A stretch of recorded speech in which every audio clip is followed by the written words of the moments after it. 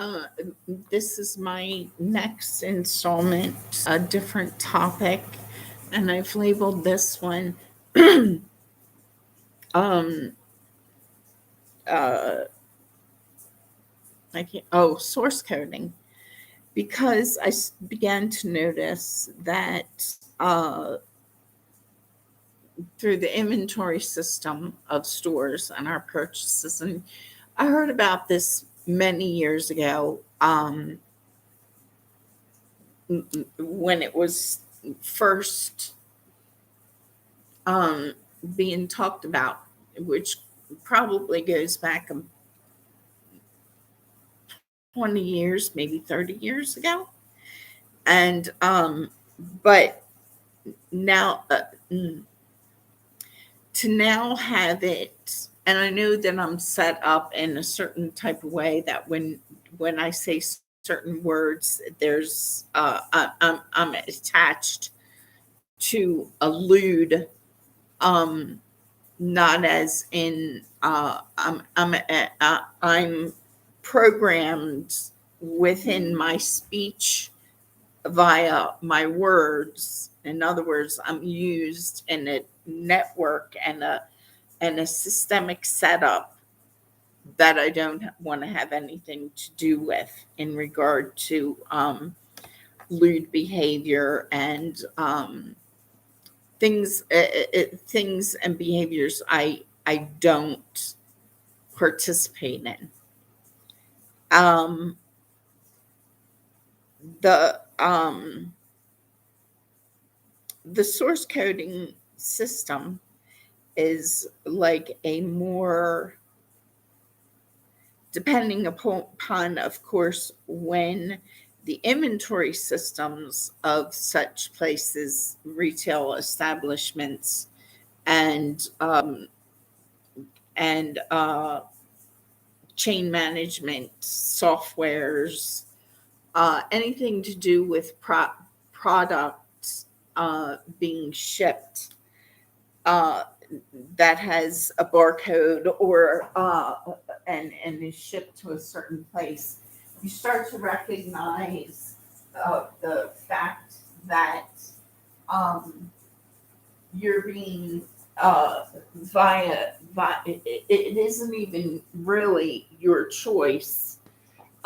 Being a Christian is about having conscious choices to make, and the the economic system does not allow us to make conscious choices for ourselves, because it's all subliminal messaging and coding, and it's I don't know if other people, or if you have to belong to a certain, or relinquish, if I as a Christian am supposed to relinquish my Christian existence or my claim of being a Christian to participate in purchases that are more what I want for myself and or my biological children. That's not going to happen, because I am a Christian 24/7. Um, no matter what town or road I'm walking on, or whatever. Um, and I know the word whatever goes back to when Doug Warrington and I were first dating, and the word whatever was a word that I used frequently, which a lot of people I knew did, when I would get frustrated and hands up at the argument or whatever. I'm not hands up at the argument. Um, uh, Sometimes it's just momentum, and it's like, whatever. We can uh, revisit the issue at another time because I'm running out of oxygen arguing with someone who doesn't need oxygen to exist, evidently.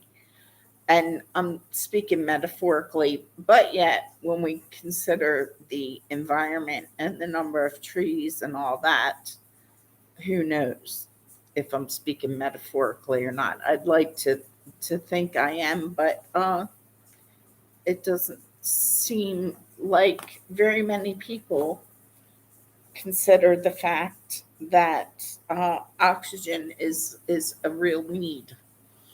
Um, the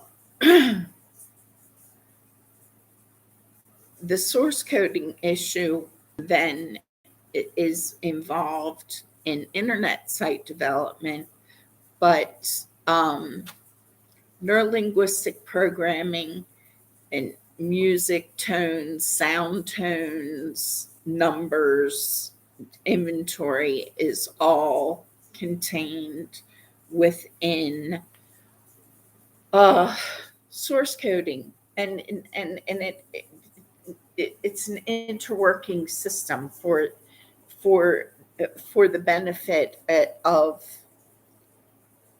whoever knows the system well, the source code and the inventory system that the particular retail establishment, be it grocery or department store or discount department store or whatever it is. And then it might be broken down even further into um, um, district management, district locations. So it's really kind of a prejudice sort of setup. And again,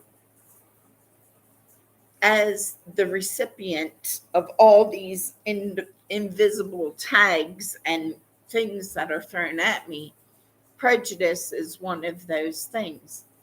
And I don't have a retail establishment where I have set up subliminal questioning um, uh, for the purpose of my own people.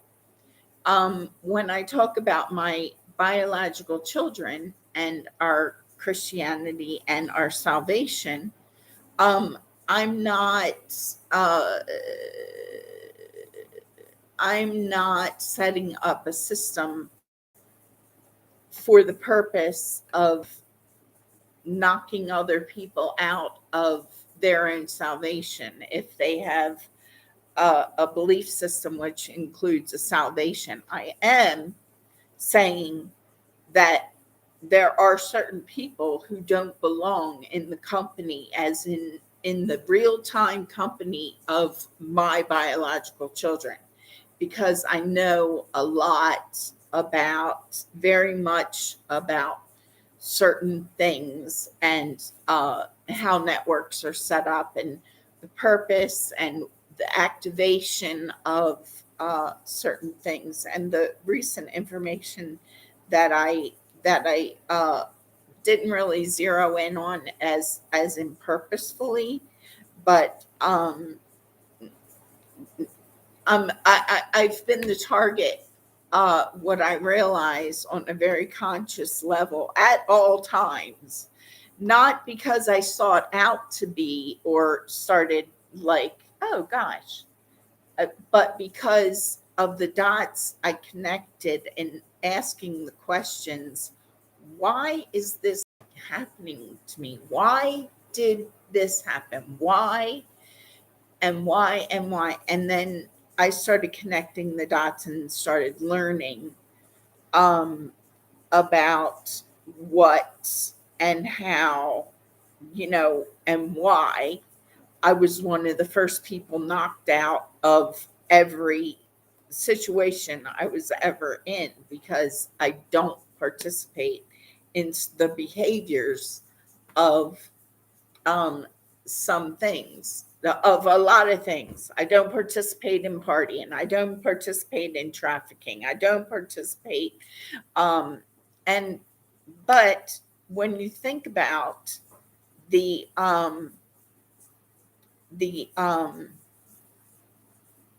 systemic setup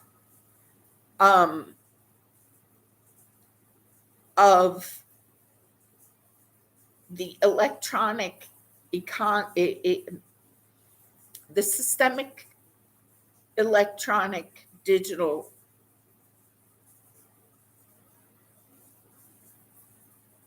world of retail. And what I had brought to someone's attention who you'd think would immediately, it would be like a red flag. Gosh, you're right, Dawn, kind of response. I think the person actually used it as a predatory strategy. Oh gosh, yeah, gosh, I'm winning, kind of thing. Instead of saying, yeah, Dawn, you're right. Maybe I should bring that up in the next whatever hearing or board member meeting of government concerns regarding the protection of non-protected or representative groups of people, which I feel like I've been one and didn't realize when I was younger. But it's not to say I wasn't the target. It's just that as I've gotten older, the target circles have closed in on. Like, I wasn't so much on the radar when I was younger, but I was on the radar. But I was, instead of being here at the bullseye, I was like maybe out here because I wasn't seen as a threat, because I didn't know enough to be considered a threat. Now I know, and I'm considered a threat based on the fact that I go public with things that I know, and my experiences. Because I didn't go public with things that I knew until I started asking the question, why did this happen? In other words, I became a target, not purposefully, but I was a target long before I was a whistleblower, because I only became a whistleblower and a discussionist in regard to my experiences when the rings started closing in on me. The rings of the secret societies and of the gangs and of the whatever other word is used, because the secret society is really nothing more than a gang. Um, um, um, but back to the source coding issue. I'm going to finish my coffee over here, making my coffee. The source coding issue, I have to ask of the grocery store where I shop. I have to question the source coding because, first of all, I applied at the grocery store where I shop. I think actually, yes, at the location. Yeah. When I first got back to Boulder in 2014, I applied at the grocery store, the actual location where I frequent these days. And I was denied employment. And it's the same grocery store that I had applied in Bel Air, Maryland, a few years before. And they have this little red light, green light system where you go through the application online and you complete the is that done online also? The character survey.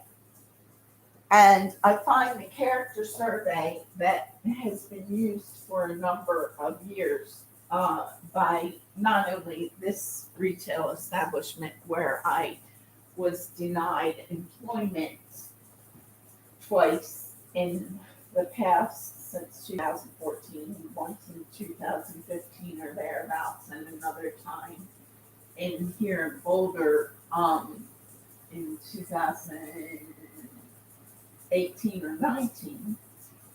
But I find the multiple choice character testings of many corporations that is or has been now if it's stopped since because people started to catch on, people who were being denied employment began to catch on. I don't know because I haven't gone on to one of the sites or on one of the career sites to see.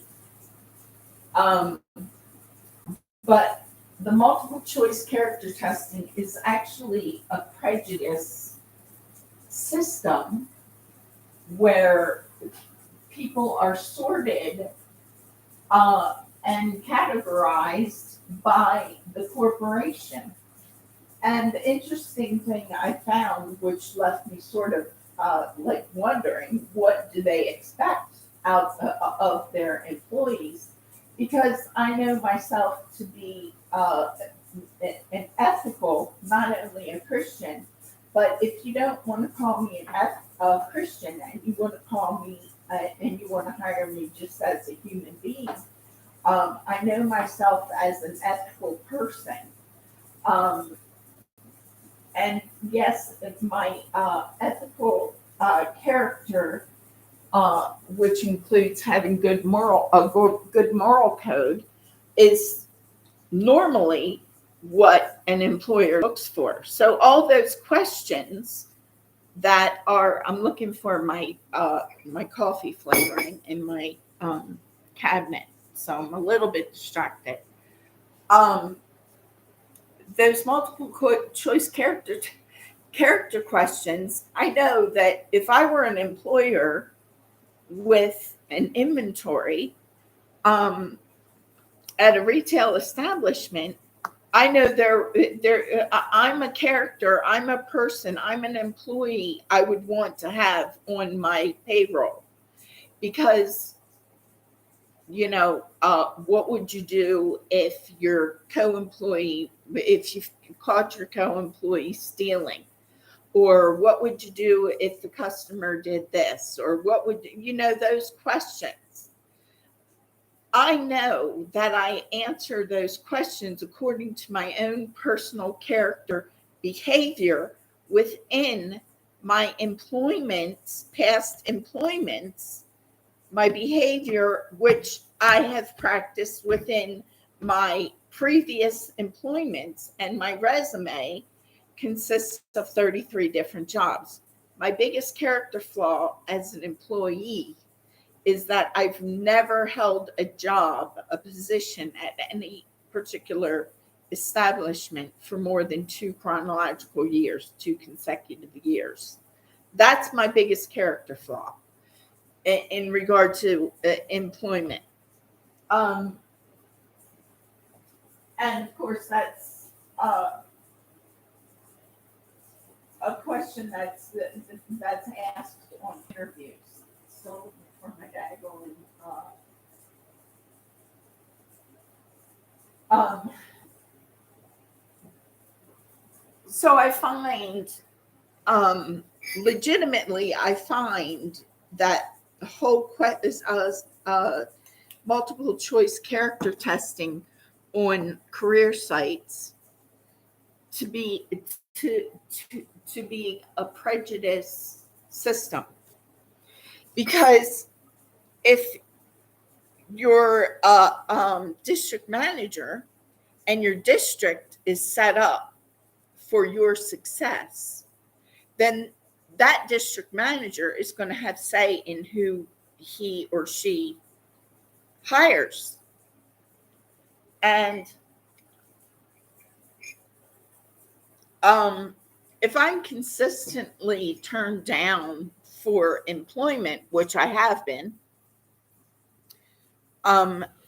particularly by companies who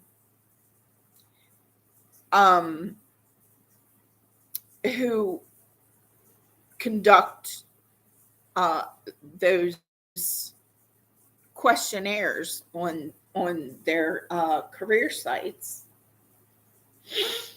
I find it to be, like I said, a prejudice system. And not to start throwing the prejudice race card, but it's been thrown at me so very much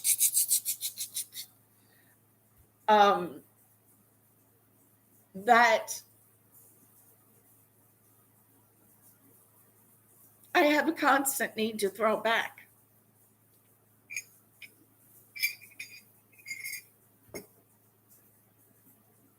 So there's a red light, green light system, like caveat, I don't know if that's the right word, to the hiring process within the electronic system digital software program, which exists in this particular establishment's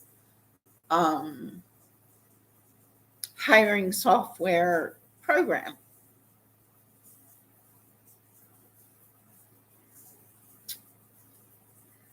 And even when I say that, it's Jean F. Henderson II comes up and old people, because there's a lewd and crude association with pretty much every word that I say, because of my connection as a child growing up to a lewd, crude man, or under the roof of a lewd, crude, disgusting man who was part of the computer technology industry design.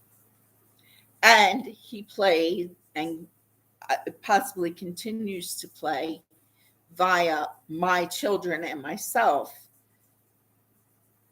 a role in setting up systems. I don't know where he is right now. I know that when I say software, a certain image comes to mind that had I not, or was I not embedded in information technology since I was a child within a pornographic system, which is how Jean F. Henderson II designed his computer, and which is a part of marketing, and to logically understand how it's all been used is very frustrating, because I don't like lewdness. I don't like being perceived as a lewd person. I don't like the setup in which I was embedded electronically since I was a child of approximately 10 years old, and maybe before, depending on when he actually first started developing, because my memory was from like actually knowing, like him saying the words, yeah, I'm developing a computer, and he explained to me, and he was constantly calling me in to as though he was teaching me, when really he was embedding me knowingly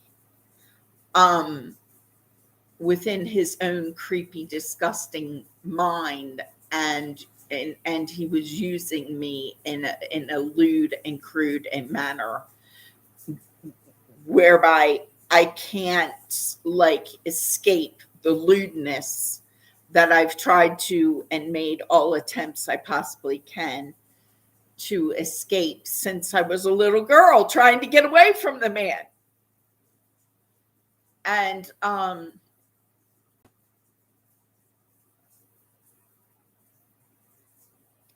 And so within the software programming system of the hiring program, software, whatever they call it, within this particular and other establishments, but this one, there's a red light, green light um, system set up. Now, when you think of red light, green light, you think of traffic lights. And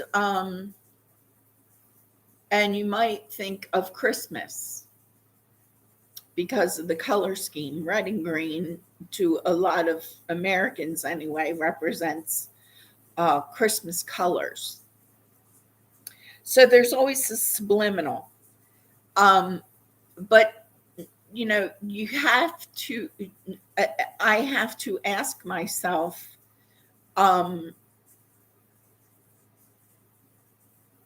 what was the intentional setup within the inventory system of this particular establishment? Because when I go there to shop, to grocery shop, because it's convenient, and I don't right now have extensive use of transportation. I have a bus system, and that's it. And other people have automobiles. Like, there's very few people around me who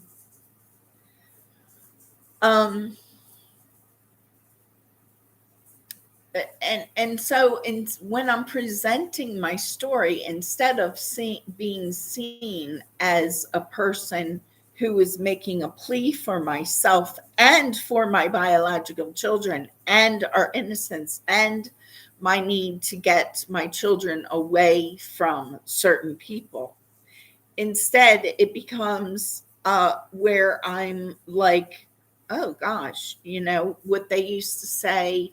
And my response always was, gosh, that's not funny to me.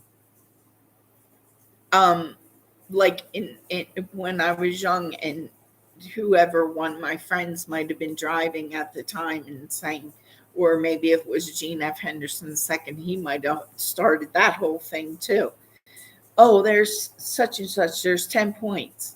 Like they're working on a like the person walking down the road is human game. Like, you know, the person behind the driver's wheel is the hunter, and his automobile is the gun. And this is the aggression that I experience as a pedestrian every day, as a pedestrian, not a pedophile. And I say that because that's what that's the population of people I'm attached to digitally, as in barcoding systems. One, because of my situation of being a homeless person, and two, it's because it's the bag that they all wanted me to carry. So that's the way I've been set up. And at first it started as an assumption um, uh, about homeless people. And I just heard the word cool. So there's been, again, a switching off, as though everything that I'm saying now is going to be turned around again, as in table turn. But no matter what the table turn, it's like anytime that I step foot out my front door, I become the target of every car, everything, in every situation that I step into, whether it's a grocery store or, and so,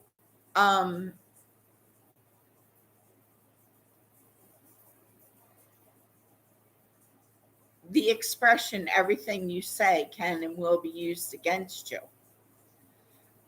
is like such a huge thing that I'm experiencing.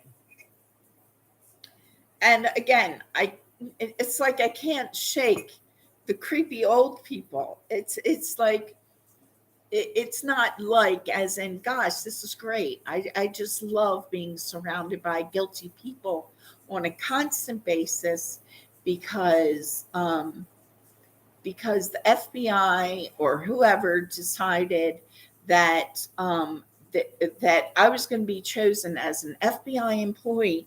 And as a junior in high school, I thought, gosh, what great honors. And yeah, I've always wanted to be like Gene F. Henderson II, first of all, was, and Charlotte Henderson knew that I wanted to be a private investigator. And then that has a lewd, crude attachment um, or tag. Um,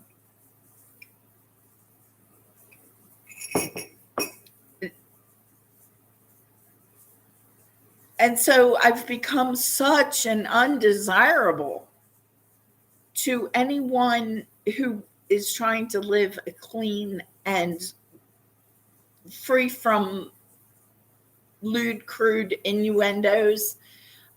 I, I literally, thanks to Gene F. Henderson II and Charlotte Henderson, mostly in the digital world, because Charlotte began to learn the neurolinguistics. Now I know about it, but I still haven't developed the ability to create a system of my own where I can automatically reject the setup I've been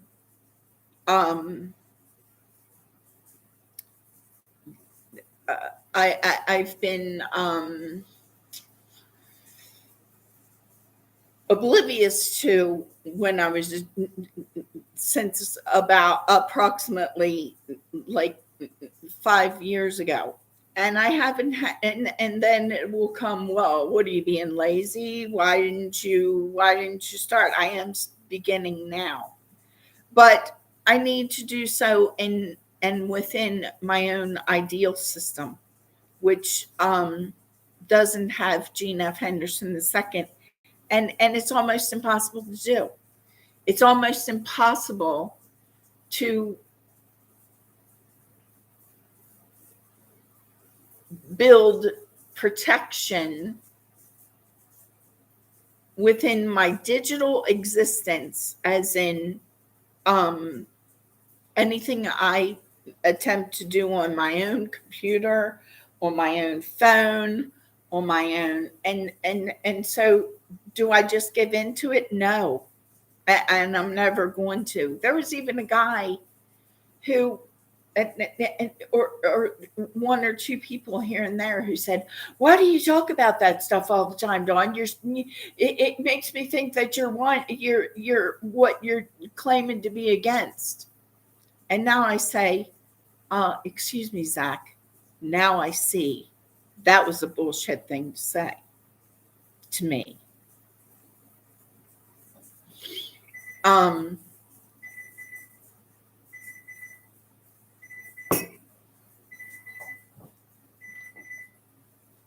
Because he, and even I myself, as far as the extent to which my digital existence, and when I say digital existence, again, I'm talking about my ability to participate in an up-to-date world, which includes, people who are my age who are trying to, and my children's age. But he has affected now my children's digital existence. And to say it's not right is like the hugest understatement of the freaking since the dinosaur age, practically. But again, back to the barcoding system and how the barcoding system and neurolinguistic programming and tones, sound tones, like for instance, my the egg timer, call it an egg timer because it's a cooking timer on my stove.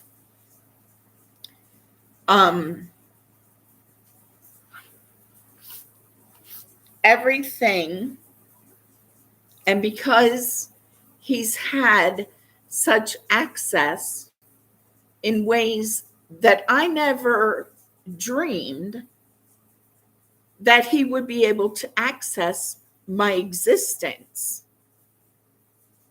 and control, and he has controlled my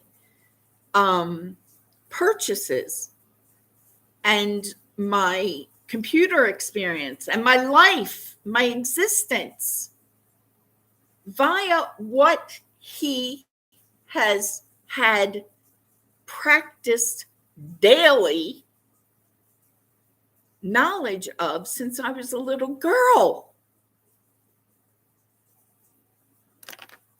And it's frustrating.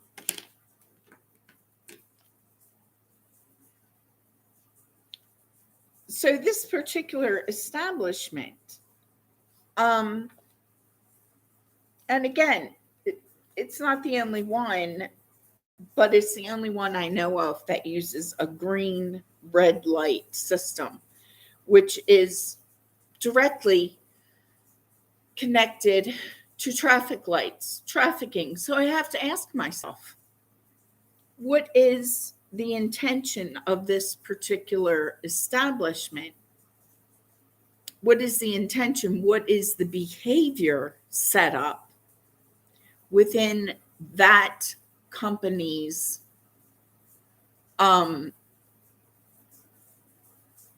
source coding and hiring code and hiring needs? Because I already found via the career site of another huge company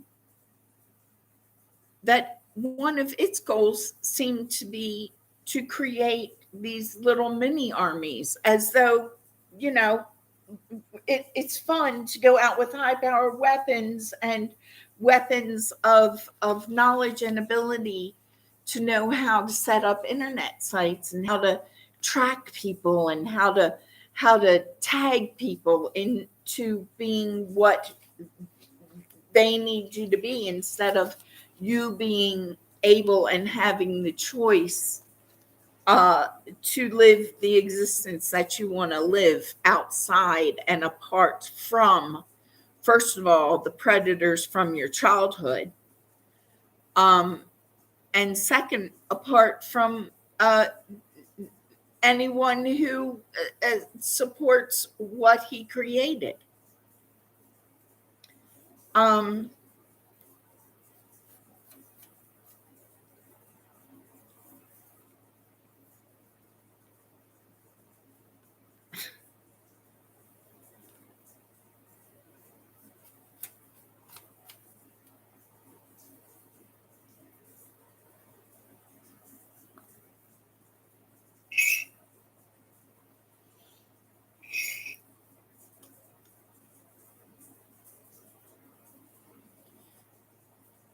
When I first started realizing what and the extent of how my existence has been controlled by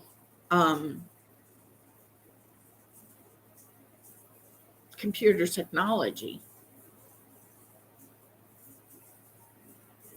and the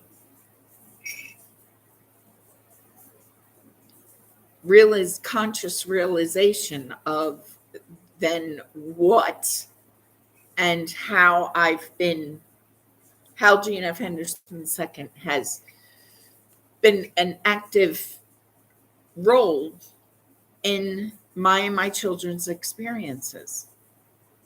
It is mind control. It is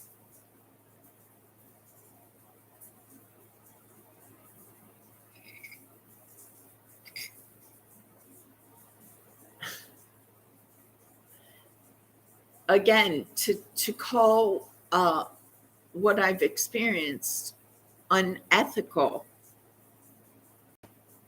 is the hugest uh, understatements of and since the dinosaur age.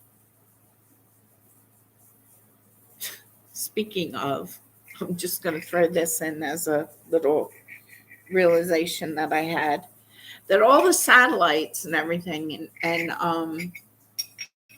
all the Christians who debated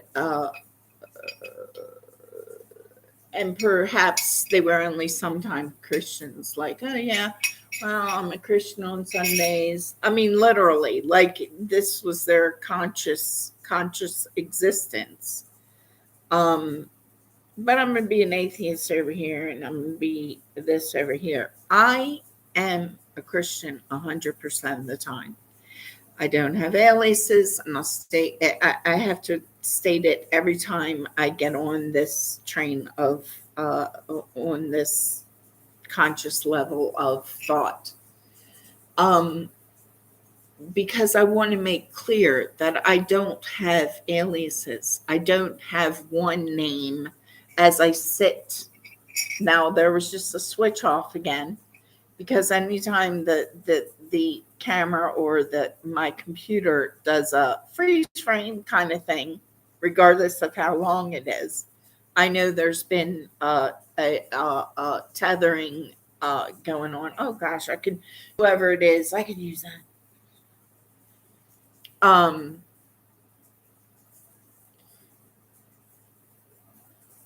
The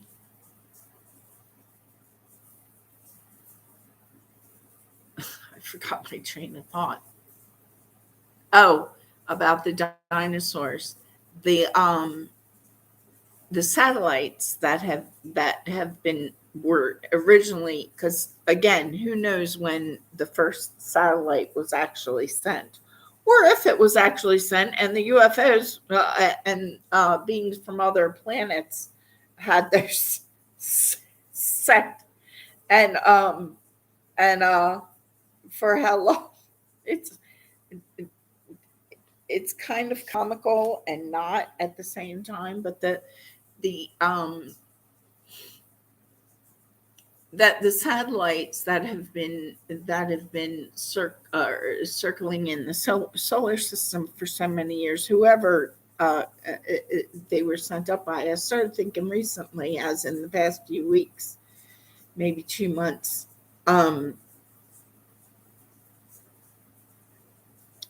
that the satellites, I believe, like in an intrinsic, because of my exposure to uh, within my childhood and things that I've learned, not yet practiced, because if I'm going to start practicing um, setting up my own system on behalf and for my children's futures, um, I want to do so without use of guns or pornography or any kind of other thing I don't agree with. Um, but the satellites,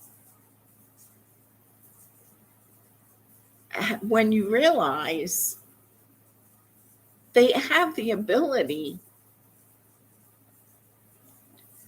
to send back information and pictures of absolutely everything.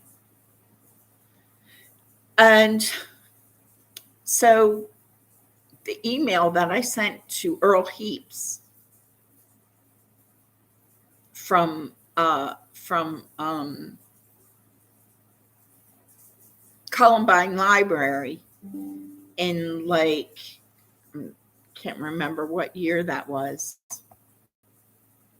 Um, when my second daughter rather was still a baby. I think it was before uh, um, my thing might have timed out because whoever didn't like what I was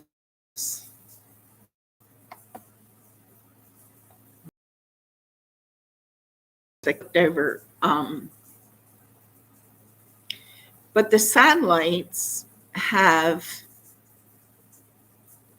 yeah, somebody doesn't want me to talk about this, but I obviously.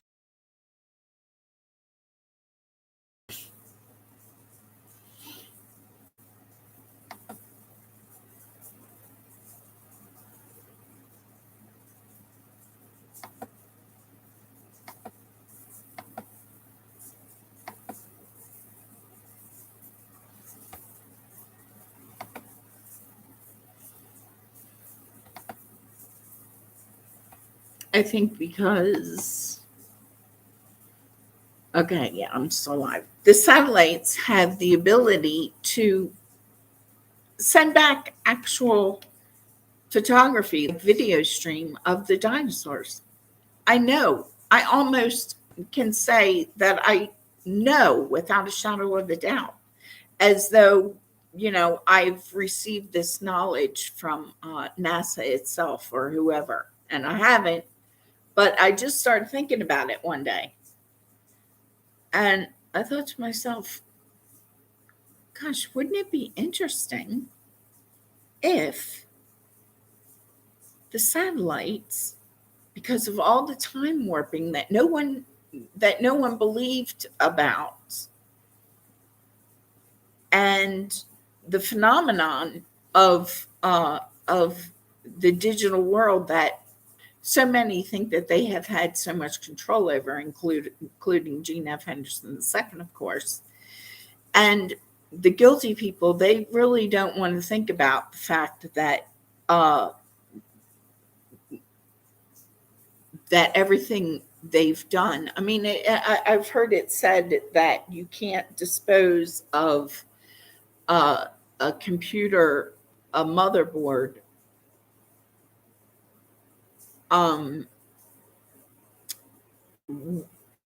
like information that you think was lost, that it can be recreated. Unfortunately, it can be recreated and manipulated. But there's absolutely nothing on any of my computers that were stolen from me, or emails that I've ever sent out, that I have any fear of anybody finding. But other people, I think, probably do. So when I talk about the fact that I truly believe that the satellites can pick up actual video recording of dinosaurs,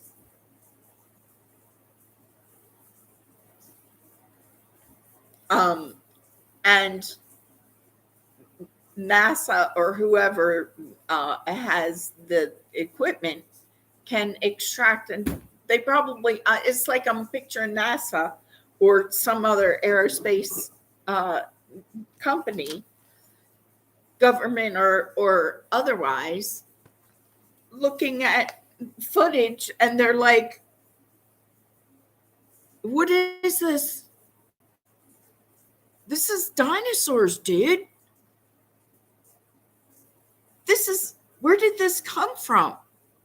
And then little by little, they started realizing that the satellites have reconstructed digitally the existence of dinosaurs and of Neanderthals.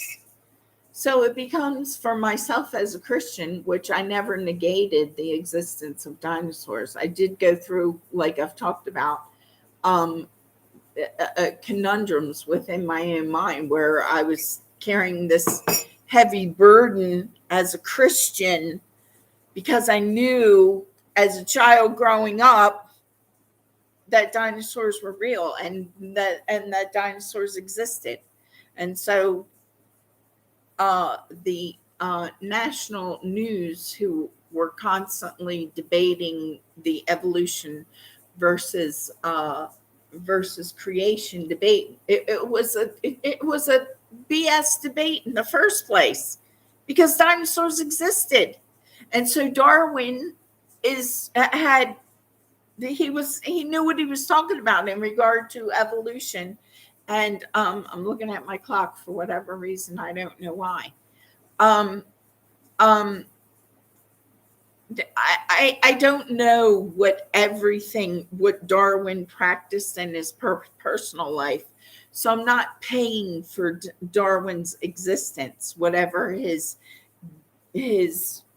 personal life or his maybe possibly alias existences, because I think that the practice of alias and heinous behavior covered by aliases goes way back. And but he knew what he was talking about. How he arrived at that information, I don't know. But I'm saying that as a child growing up, listening to the national news, uh, the debate of evolution versus creation, the I've been hearing since I was a little girl and being told you can't believe in dinosaurs, you can't believe dinosaurs existed and be a Christian. And so, oh gosh, well, uh, I'm a Christian, but I really do believe dinosaurs existed. Uh, uh, uh, comes the guilt. Um,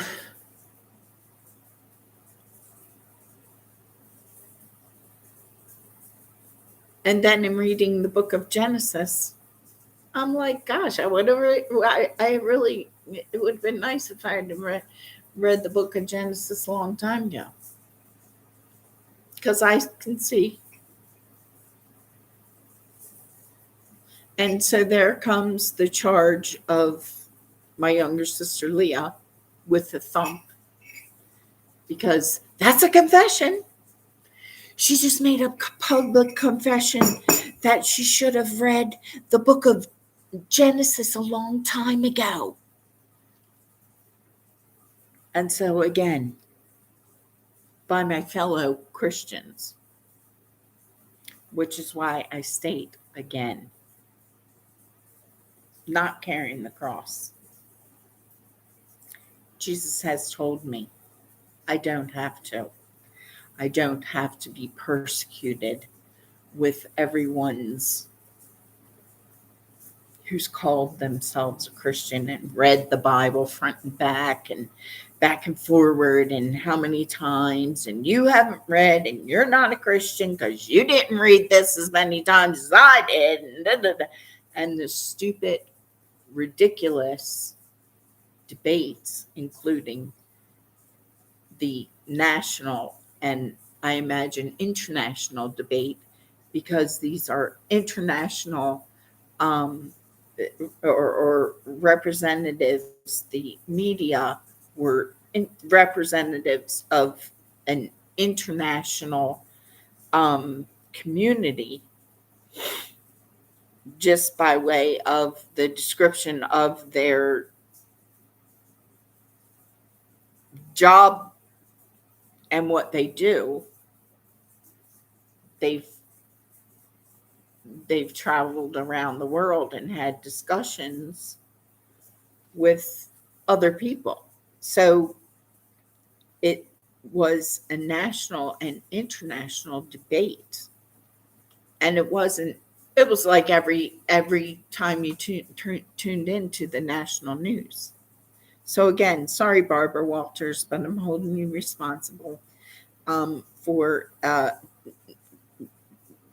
simply to maybe state out loud that that might not have been such. And I'm not looking to, punish Barbara Walters for all of the persecution I've experienced from all of the hundreds and thousands of Christians who I've come in contact with throughout the past. When did church existence become this mega church existence and this huge commercializing of Christianity? Um,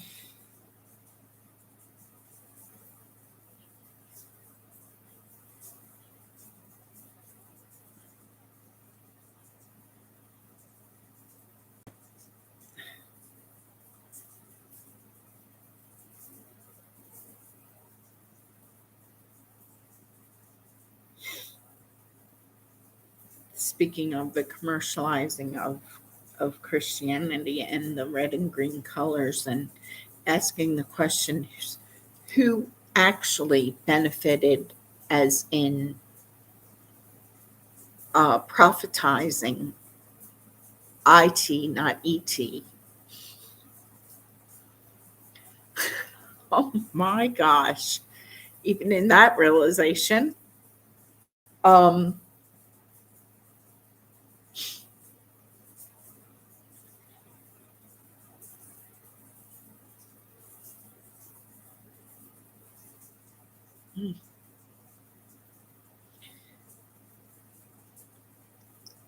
from the commercialization of Christmas.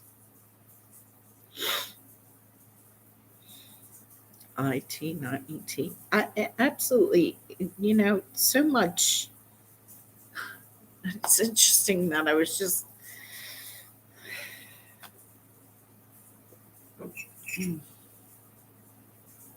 Anyway, I'm going to sign off because I'm sick and tired of talking.